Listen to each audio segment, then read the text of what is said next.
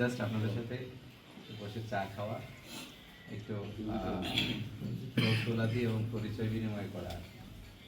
যেহেতু আপনারা জানেন আমাদের এই আসনে জামাত মনোনীত প্রার্থী ছিলেন আমাদের দেওয়ান মোহাম্মদ নবীউল হাসান। সরকারি বিধিতে কিছু সমস্যা থাকার কারণে উনি সংসদ সদস্য নির্বাচনে অংশগ্রহণ করতে পারেননি, এটা অনিচ্ছাকৃত। তো সেজন্য আমরা দুঃখ প্রকাশ করছি। তো এই ঘাটতিকে পূরণ করার জন্য কেন্দ্রীয় জামাত আমাকে মনোনীত করেছেন। গতকাল আপনারা দেখেছেন জেলা প্রশাসক মহোদয় আমার মনোনয়ন বৈধতা ঘোষণা করেছেন। সেই জন্য আপনাদের সাথে পরিচিতি, সামনের দিনগুলোতে আমরা কিভাবে আপনাদেরকে আমরা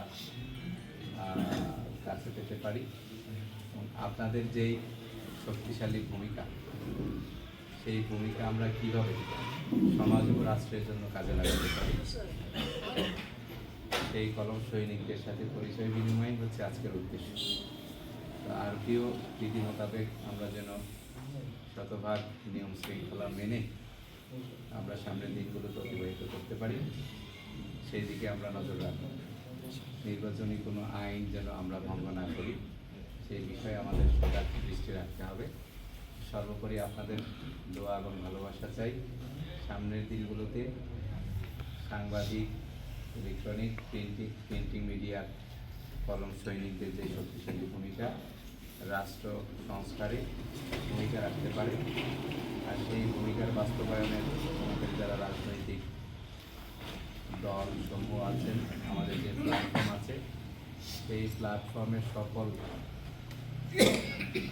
যোদ্ধাদেরকে যেন আপনারা জনতার জবাবদিহিতার কাতারে রাখতে পারেন, সেই জন্য আপনাদেরকে আমরা উদাত্ত আহ্বান জানাই। আমাদেরকে সমাজের সকল ত্রুটি বিচ্যুতি অসঙ্গতিগুলো ধরিয়ে দেওয়ার রাষ্ট্রীয় একদম সরকার স্বীকৃত মাধ্যম হচ্ছে গণমাধ্যম। আপনাদের ছাড়া আমাদের কাছ থেকে জবাবদিহিতা নেওয়ার আনুষ্ঠানিক কোনো প্ল্যাটফর্ম নেই। রাষ্ট্রীয় স্বীকৃতি প্ল্যাটফর্ম হচ্ছে সাংবাদিক। এই মিডিয়া হচ্ছে রাষ্ট্রের একটা চতুর্থ স্তম্ভ, যদি আমি ভুল না করি। তো এই চতুর্থ স্তম্ভ মানে আমার বিল্ডিংয়ের 4টা পিলার, এর ভিতরে একটা পিলার হচ্ছে মিডিয়া। কেন মিডিয়াকে চতুর্থ স্তম্ভ করা হয়েছে? রাষ্ট্রকে শক্তিশালী করা, রাষ্ট্রের প্রত্যেকটা অঙ্গ যেন সঠিকভাবে ফাংশন করে, কোথাও যেন অনিয়ম না হয়, অসাধুতা যেন কেউ অবলম্বন না করতে পারে, স্বার্থান্বেষী মহল যেন এটা থেকে কোনো প্রকার ফায়দা হাসিল না করতে পারে। সেই জন্য রাষ্ট্রের জন্য জনগণের হয়ে পাহারাদারের ভূমিকায় যারা থাকেন তারা হচ্ছে আপনারা। আপনাদেরকে সেই জায়গায় রাষ্ট্রের কল্যাণের জন্য যেটা দরকার, যেই তথ্য উদ্ঘাটন দরকার, সেটা আপনাদের কাছ থেকে আমরা আশা করি। আপনারা জানেন এই জায়গায় অনেক ব্যত্যয় ঘটে। একজন সঠিক মানুষকে